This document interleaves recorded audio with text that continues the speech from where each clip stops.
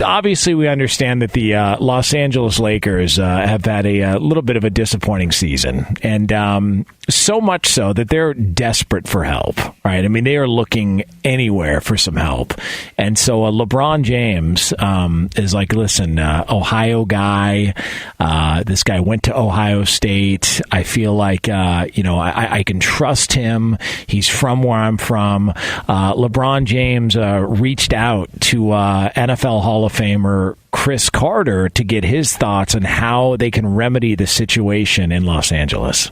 If y'all got a crew, you got to have a fall guy. Well, LaVar, good luck, because here we go. Oh, wow. We have got a fall guy identified with the Los Angeles Lakers. The fall guy apparently is going to be Frank Vogel, the head coach of the Lakers. The Los Angeles Lakers finish off the season. You're too funny. They win.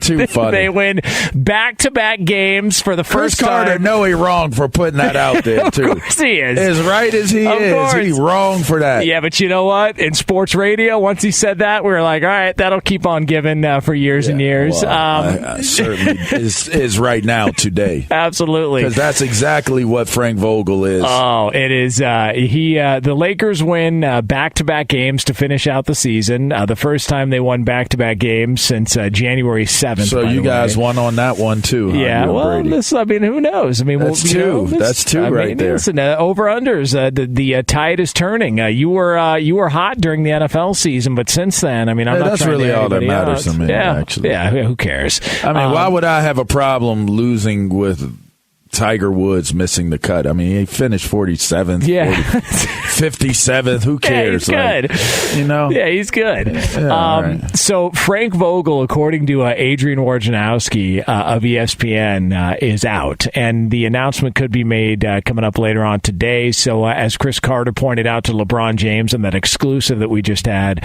Frank Vogel is the fall guy. Here was the now current, as of right now, Lakers coach talking with the media after last night's game. Frank, right at the end of the game, Adrian Wojnarowski tweeted that the Lakers are going to be firing you, a decision they'll let you know tomorrow. Have you communicated with the front office at all about your future? And I guess what's your reaction to hearing that? My reaction is I haven't been told.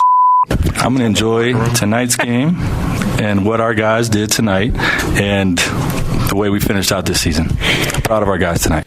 You know what that sounds like to me? That sounds like a guy who's like, hey, man, see y'all later. Is this like the worst you think you can do to me? Like they ain't told me yes. He actually sounds kind of relieved. Like, all right, listen, man, he had to have known at some point this was probably going to be the way this is going to go, because this is how this goes with every coach seemingly LeBron James deals with, outside of Eric Spoelstra, that this is going to be sort of what his fate was. He got a championship, a bubble title nonetheless, but it is a championship.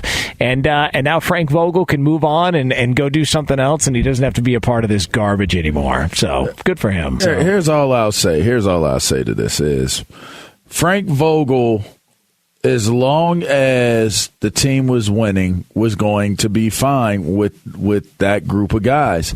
I don't think that's a shocker or a military secret that if they had a failing year, a failing season, that he would be the first one to go. He's not the only fall guy. Like Russell Westbrook he might be a fall guy too. Yeah. Russell Westbrook is probably ultimately going to be a fall guy. Yeah. And those will be the two major fall guys to justify that this season was a bust because of those two, not because of anything that had to do with LeBron James and the Lakers. Like the Lakers were where they needed to be. AD got, he got banged up again, so we got to figure out what we do in terms of his health moving forward, because he just can't seem to stay healthy in his pro career. So you're going to blame AD's health, you're going to blame Vogel's coaching, and you're going to blame that Westbrook wasn't what he needed to be to this team. And if there's anybody else to add to that list, as long as it's preserving LeBron James, I would assume, and not diminishing him in any way, then they're going to be a fall guy as well. Yeah. And I think that's ultimately what this comes down to. And you got to know that coming into the scenario when you join the team with LeBron James. It's every time he gets somewhere, there's somebody that's identified as the problem, and it's strange. Like like when he got to Miami, who was it? Chris Bosh. Like, Chris Bosh was phenomenal. He was a great player in Toronto. Chris Bosh, Hall of Famer, like, great player. Chris Bosh was responsible for them winning the championship that one year. He was the guy. That was the reason. He was the catalyst for the Heat winning the championship. Yeah, him and Ray Allen hitting that big shot to keep him alive in that series against San Antonio. Like, Chris Bosh was fantastic. He also wanted to get rid of Spoelstra in the beginning. Of course, yeah. LeBron wanted to Pat Riley said nope. Yeah, LeBron wanted to get rid of Eric Spoelstra, and Pat Riley's like, dude, go do your job. And then and Pat Riley was the only guy in LeBron's career that ever stood up to him. The only guy that ever said, no. You're not calling shots here. Like, this is I run this organization. I'm putting this team together. He was the only guy that ever stood up to him. He wanted Spoelstra gone. Chris Bosh was the fall guy in Miami. He was the problem. And then when he got to Cleveland, it was Kevin Love. Kevin Love's the problem in Cleveland. It's like, dude, at some point, why is it always one of his team? And now it's Russell Westbrook. Westbrook's the problem. It's like, what do you mean? Like, he was the one you guys went out and pursued. Like, you brought him in. You knew he was struggling shooting the ball. You knew you needed outside shooting, and you brought in Russell Westbrook, which is why it never made sense. And when the odds came out before the season and the Lakers were the second favorites to win a title, I'm like, hold on, look at the roster. It doesn't make any sense. But the one guy that's going to get a pass through all this is going to be LeBron. It's weird. It's weird how this follows him everywhere he goes, yet he never gets any of the smoke. It's just bizarre. I don't think it's bizarre at all. I think that he's done an excellent job of insulating himself in a way where this is how he handles things. I mean, he has being the greatest of all time in his sights. That's his campaign, is to be the greatest of all time. And you know who needs that more than anybody else, even maybe more so than LeBron, Jonas? Who? The NBA. The NBA needs him because right now it does the NBA no good to have Michael Jordan being that when you have LeBron James there. What is coming, right? Like, what's next after LeBron James? He's got to solidify what he represents in his campaigns while he's still an active player.